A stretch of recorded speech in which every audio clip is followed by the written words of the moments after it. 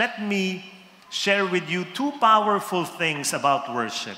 Number one, worship is relational. Worship is not just doing something.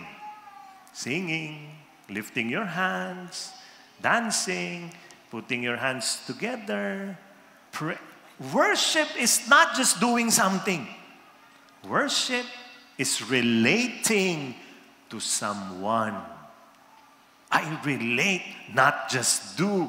I relate with someone. And you know who that someone is with a capital S. You relate with your God. But it is a very unique kind of relating. Why is it unique? God wants an exclusive relationship with you. Gusto niya kayong dalawa lang. Walang kasaling iba. Kayong dalawa lang.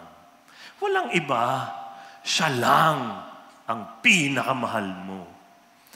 Some of you is hurting today because maybe your partner left you. Bakit ka iniwan? Your partner misread the Word of God. Mali ang basa niya.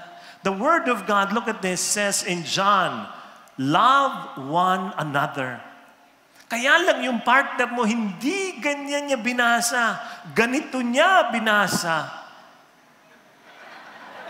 Love another one. Naiwan ka tuloy. Mali ang kanyang pagkabasa. Kaya, niloko ka, nasaktan ka. Kaya lang minsan, balik ka pa rin. Niloko ka na nga, sinisiksik mo pa sarili mo. Kaya tama si Miriam. Ito ang sabi ni Miriam. Aanhin pa natin ang April Fool's Day. Araw-araw ka namang niloloko. Tingnan niyo yung katabi niyo, baka siya yan. Ha? God wants an exclusive relationship with you. Walang lokohan. Pag siya ang bida, siya ang number one. So, this is what happened to Israelites. Before they enter, they have to fight. When they enter, they have to fight off those who live there. May mga nations na nakatira dyan eh. Lalabanan nila yan. At kung nilalabanan mo, magiging katabi mo yan eh. So, nandun pa rin yung city nila, nandito yung teritoryo nyo, maglalaba kayo, pero napapanood mo yung buhay ng mga kaaway mo. So, they were surrounded by nations occupying the same land. And they have different religious cultures. And the other nation's culture is so attractive. Kaya mapapansin nyo, pag binasa nyo ang buhay ng mga Hudyo, bakit ganun? Bakit binless sila ni Lord, iiwan din nila, sasamba sila dun sa mga Diyos-Diyosan ng iba. Bakit ba? Pinagbala ka ng Diyos, tapos pupunta ka dun. Kasi ganito ho yan. Sinabihan sila ni Lord, ako lang, walang iba. Pag tinignan nila yung ibang nations like the Canaanites, alam nyo ba, the Canaanites in the Ugaritic texts, Canaanites, they have 234 gods. The Egyptians, they have 700 to 2,000 gods. Dami. Tapos may mga itsura yan. Ang gaganda ng itsura. Ang celebration nila, bongga. Tapos yung mga Hudyo, wala. Wala silang God. Walang image. Kasi yung God nila nasa loob ng tent na nakatago na wala nakakakita kahit sino. So sila inggit na inggit sa kabila. Pag namuprosesyon yung kabila, buti pa sila may music pa, may kainan. Tayo, ang tahimik. Because God was saying, why will you create an image of me? You don't need it. Why? So they're asking, why, Lord? Alam niyo yung sagot ng Diyos? I have the perfect image of me in you. Ang perfect image ng Diyos ay ikaw, sila. Kaya bakit ka gagawa ng mga kung ano-ano? Ikaw. Kaya, in one word, boring. Napaka-boring. Buti pa kaya ang dali nila masway. Ang bilis. Kaya naiinggit sila sa iba. At meron pa yan, when you read further, wala silang hari. Yung ibang nations may hari. Sila wala. Kaya humihingi sila ng hari. Anong sabi ng Diyos? Hindi nyo kailangan ng hari. Ako ang hari nyo. Hindi ka namin makita eh. Bilis mag-iba. So, saka na yung hari? When we reach that passage.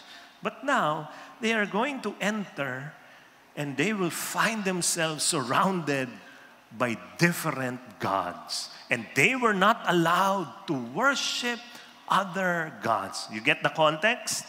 Ewan ko, baka may mga kilala kayong ganito. Iba yung relihiyon nila sa'yo. Tapos yung relihiyon nila, bawal mag-celebrate ng Pasko. May mga kilala kayong ganun. Pag birthday, hindi nila sinicelebrate birthday. Bawal. Bawal sa Biblia yan. Di ba? May mga ganyan. So makikita nyo, ganyan din yung Israel noon. Bawal yan. Kaya lang ako, nagtataka rin ako doon sa mga kilala nating ganyan. Bawal mag-celebrate ng Pasko, pero kumukuha ng Christmas bonus. Di ba? Pag birthday, birthday leave. Diba? Pumapatol pa rin sila. So sabi ni Lord, walang ganyan. Ito lang. We might easily ask, Lord, bakit gusto mo ikaw lang? Insecure ka ba? Power-tripping ka ba, Lord? Are you a self-centered God? My answer to you is no. Because God, listen to me, God does not need us. Hindi niya tayo kailangan. God doesn't need our worship. We cannot add anything to God's glory. Nandito man tayo o wala tayo, hindi ka makakadagdag sa kaluwalhatian ng Diyos sapagkat ang Diyos ay luwalhati na. So bakit ganon? Ang sagot, we need Him. That's the answer. We need Him. And we need it to be exclusive. Na tayo lang, Lord. Bakit? Why? Because having false gods is disastrous to our existence. Because only Yahweh is committed to your well-being. Siya lang ho. False gods are indifferent to your welfare. Or worse, committed to your destruction. In a sense, pag nilagay mo, unang-una sa buhay mo, hindi si Lord, kung ano-ano at sino-sino, nasisira ang buhay mo. False God is this. Is someone or something that is followed devoutly by you, sacrificed for, and looked to for meaning and deliverance from problems. In a nutshell, ang false God ay inaasahan mo. Sabi ni Lord, ako lang asahan mo. Marami ho tayong false gods. You know all of them. Power, money. Pero let me mention some. Beauty is also a false god. Tingnan nyo nga yung katabi nyo. Di ba? Ang gwapo, ang ganda. Tingnan nyo, huwag kayong mahiya. Huwag nyo rin pagtawanan. Ha? Tingnan nyo, di ba? Ang ganda-ganda, ang gwapo-gwapo. Pero ito ang sasabihin ko sa inyo, pag yan ang inasahan nyo yung ganda nyo at gwapo nyo, tatanda ka rin. Kukulubot din yan. Hindi mo pwedeng asahan yan habang buhay. Kaming mga artista, nakisali. Beauty, ako, magpaganda kayo, ha? For health's sake. So that you can live longer. Not just stay alive long, but to have a well-being longer. Pero pag alam niyo sobra na, wag na. Inaasahan na yan. Yung iba kung magpa-botox, yung wala nang gumagalaw sa mukha. Alam niyo yun? O, tingnan niyo ako, nagpa-botox. Pag tumawa,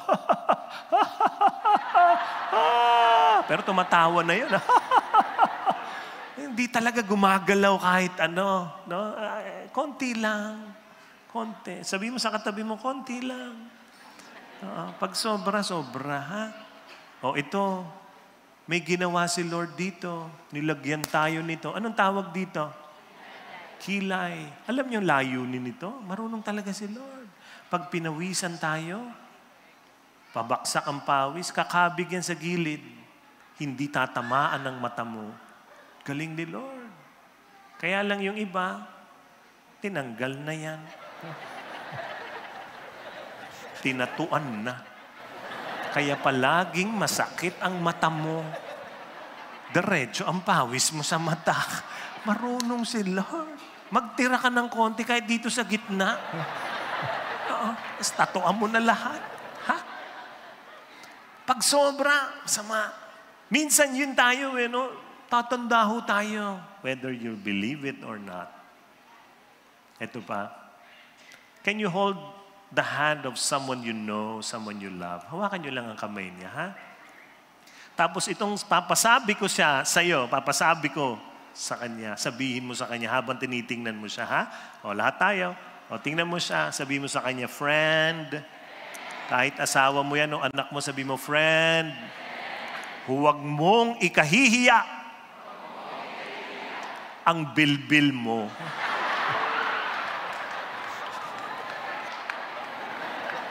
Hindi pa tapos. Sabihin mo sa kanya, pinaghirapan mo yan.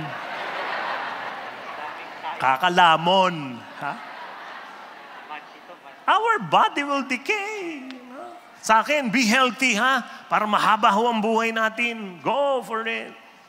Another one is this. A false God is our loved ones. Yung mahal natin sa buhay. Minsan anak, sawa. Sa akin, okay, mahal nyo sila, pero hindi sila pwedeng una. Dapat si Lord. Bakit? Iiwan ka ng mga yan. Sino may mga anak dito? Taas mo ang kamay.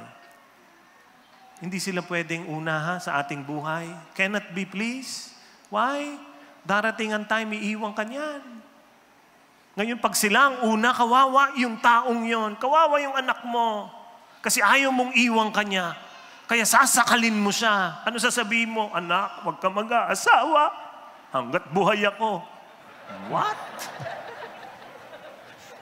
What? Hindi pwede. Darating ang time, iiwan ka niya. Payagan mo na. Kaya tuloy yung number 1 nila yung anak nila. Nako, lahat ng niligawan ng anak nila, kahit napakagandang babae, bruha. Lahat pangit. Pangit lahat. Lahat ng nanliligaw sa anak nilang lalaki. O babae. Mga ano yan. Mukhang ano. Bakit sila una? You know, I received a message from somebody. Sabi niya ganyan, mababasa mo talaga yung lungkot niya eh. Sabi niya, hindi ko kayang. Iniwan na ako nitong boyfriend ko. Hindi ko man lamang masabi na ex ko na siya. Ganun. Tapos yung statement niya, I cannot live without him. Ako nung nabasa ko yun, nagdasal ako kagad. Sabi ko, Lord, just be with this woman. Samahan niyo lang sa hurt na ito. Pero deliver her also. Tapos sumagot ako. Sabi ko, huwag kang maniniwala sa sinasabi mo, you cannot live without him. This is not true. Tapos sabi ko sa kanya, you were born alone and you can make it alone. After a few months, message. Alam mo, sabi niya, brother, tama kayo. Salamat po. Maayos na ako ngayon. See? Kaya tama si Miriam. Ano sabi ni Miriam? Tingnan niyo. Taken ka nga, for granted naman. Hinahabol pa rin. Diba? Kaya sabi Lord, ako dapat. Pag iba yan, ako. If you make other persons or people become your core identity, nako, ang tawag dyan, idol. And you will end up being frustrated with that person. Because human beings don't make good gods. Alam ni Lord kaagad. Kaya wag yan.